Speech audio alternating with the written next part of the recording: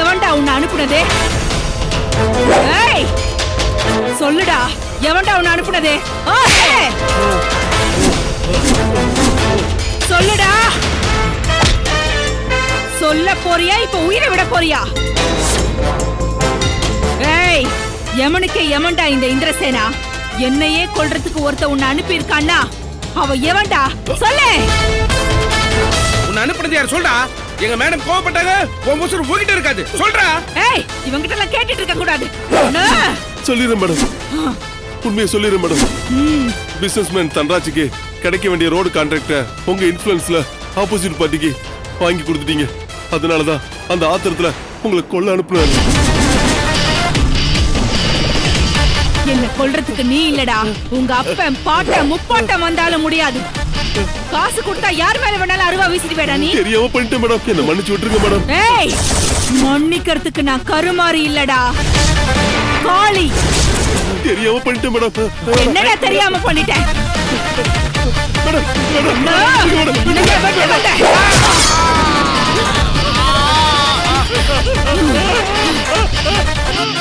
போய் சொல்லுடா, இந்த இந்திரசேனா உயிரை இந்திரசேனாவால மட்டும் தான் எடுக்க முடியும்.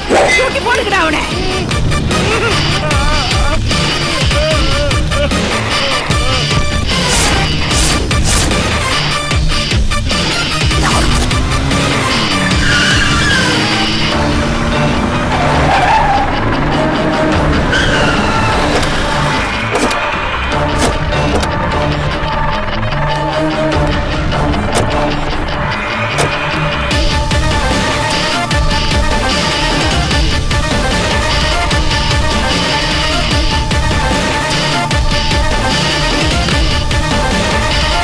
Madam juice.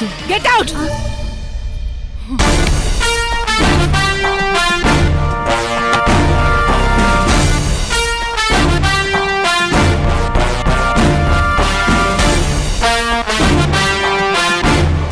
மேடம் இதுவரைக்கும் அந்த கோயிலுக்கு போயிட்டு வர விஷயம் யாருக்குமே தெரியாம இருந்தது. எப்படியோ எதிரிகள் மோப்ப முடிச்சு அடியாட்களை அனுப்பி வச்சுட்டாங்களா மேடம். இப்ப நடந்த பிரச்சனையில உங்களுக்கு ஏதாவது நடந்திருந்தா என்ன ஆயிருக்கு மேடம்? இப்ப நீங்க தனியால் எத்தனையோ பேருக்கு சிம்ம சொப்பனமா உருவாயிருக்கிற பெரிய சக்தி மேடம். உங்களுக்கு எந்த அளவுக்கு செல்வாக்கு வளர்ந்துகிட்டு இருக்கோ அந்த அளவுக்கு எதிரிகளும் வளர்ந்துகிட்டு இருக்காங்க மேடம். உங்களை சுத்தி ஆபத்தும் வளர்ந்துகிட்டு இருக்கு.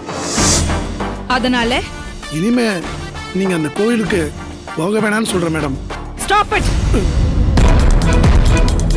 என்ன கோயிலுக்கு போக வேண்டாம்னு சொல்றதும் மூச்சு விடாதேன்னு சொல்றதும் ஒண்ணுதான். ஐயோ அப்படிலாம் சொல்லாதீங்க மேடம், நான் சொல்லக்கூடாது. இருந்தாலும் நான் உங்க விசுவாசி, என்னால சொல்லாம இருக்க முடியல.